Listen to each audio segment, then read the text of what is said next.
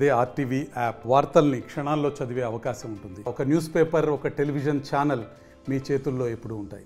రాష్ట్రంలో ఇటీవల కాలంలో జరుగుతున్నటువంటి భూమాఫియా భూ కబ్జాలకు వ్యతిరేకంగా ఈరోజు భారత communist party CPI Gajwel area సమితి ఆధ్వర్యంలో ఈరోజు అంబేద్కర్ సాక్షిగా అంబేద్కర్ సర్కిల్లో ఒక నిరసన కార్యక్రమం చేపడతా ఉన్నాం.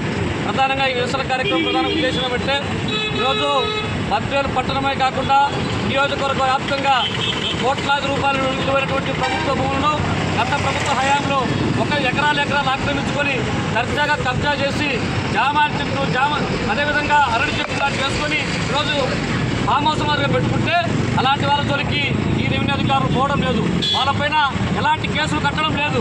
కానీ పేదవాడికి 2 సెంట్లు ఆక్రమించుకొని అంటే ప్రభుత్వ భూముల్లో ఉంటారని కూడా ప్రభుత్వ భూముల్లో మరి ఈరోజు ప్రజలు గుర్తులేసుకుంటే వాటిని సంవత్సర కాలంగా నీరు లేకపోయినా కరెంటు లేకపోయినా చిమ్మ చీకట్లో పాముల మధ్య తేళ్ల మధ్య కాపురం చేస్తున్నటువంటి వాళ్ళను ఈరోజు ఉన్న ఫలంగా మరి మొత్తం కూడా మేమంతా తొలగిస్తాం, గుడిసెలు కాల్ చేస్తాం, లేదా పోల్స్ వస్తాం, పోల్సులు పెడతామని చెప్పి రకరకాలటువంటి విన్యాసాలు చేస్తున్నటువంటి రెవెన్యూ అధికారులారా మేము చెప్తా ఉన్నాం. ఈరోజు పద్యాల్లో ఈరోజు గత ప్రభుత్వంలో మొత్తం ఈ నియోజకవర్గంలో 30,000 ఎకరాల ప్రభుత్వ భూములు కాశీనారాయణ మండలం అక్కెంగుల నుంచి అట్టూరు వరకు 1,000 ఎకరాలు ఆక్రమిస్తే ఒక్క నాయకుడి పేరు కూడా మీరు కేసు పెట్టడం లేదు. ఈరోజు కూటమి ప్రభుత్వం వచ్చిన తర్వాత ఏదో మొత్తం మేము తేలుస్తాం, మొత్తం ఎవరైతే అక్రమార్కుంటారో వాళ్ళ అంతు చూస్తామని చెప్పినారు. కానీ ఈరోజు అట్లాంటి వాళ్ళ సరికి పోవడం లేదు. ఎర్ర జెండాల వాళ్ళకు పేదల దగ్గర ఎవరైతే ఉన్నారో వాళ్ళ దగ్గర కూర్చొని ప్రయత్నం చేస్తూ ఉన్నారు. మేము పెద్దల ప్రజానికానికి కూడా చెప్తా ఉన్నాం. ఈరోజు చాలా మంది అంటూ ఉన్నారు మీరు వేయడం తప్పు కదని చెప్పినారు. మేము వేసేటువంటి పేదల కోసం చేస్తున్నాం తప్పు నుంచి ఇంకోటి ఏ ఒక్క నాయకునికి మాకు అక్కడ ఒక 2 సెంట్లు కూడా స్థలం లేదు. ఈరోజు ప్రభుత్వ భూములు లేవు కాబట్టి, ఇళ్ల స్థలాలు లేవు కాబట్టి ఈరోజు ఎర్రజెండా ఆశ్రయిస్తూ ఉన్నారు.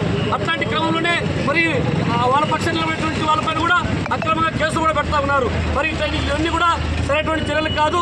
ఇప్పటికైనా కానీ ఆర్డీఓ గారు, రెవెన్యూ అధికారులు మొత్తం కూడా ఆలోచన చేసి 6 సంవత్సరాలుగా 10 సంవత్సరాలుగా 6 నెలలుగా సంవత్సర కాలంగా కాపున్నటువంటి ఖాళీలు ఏవైతే ఉన్నాయో బీపీ గుట్ట, శ్రీపుత్తపల్లి, వాగరాపేట లాంటి ప్రాంతాల్లో పేదలు నివసించేటువంటి దగ్గర ఉండేటువంటి ప్రజానికానికి ఖచ్చితంగా పట్టాలు ఇవ్వాల్సిందే. పట్టాలు ఇవ్వకుండా మేము ఖాళీ చేస్తాం, మొత్తం కూడా కొల చూస్తామని చెప్పంటే తిరుగుబాటు తప్పదని చెప్పి కూడా హెచ్చరిస్తా ఉన్నాడు. వీరశేఖర్, సిపిఐ జిల్లా కార్యవర్గ సభ్యుడు. మరిన్ని వీడియోస్ కోసం ఛానల్ ని సబ్స్క్రైబ్ చేయండి, లేటెస్ట్ అప్డేట్స్ కోసం వాట్సాప్ ఛానల్ ని ఫాలో చేయండి అండ్ లింక్ డిస్క్రిప్షన్ లో ఉంది.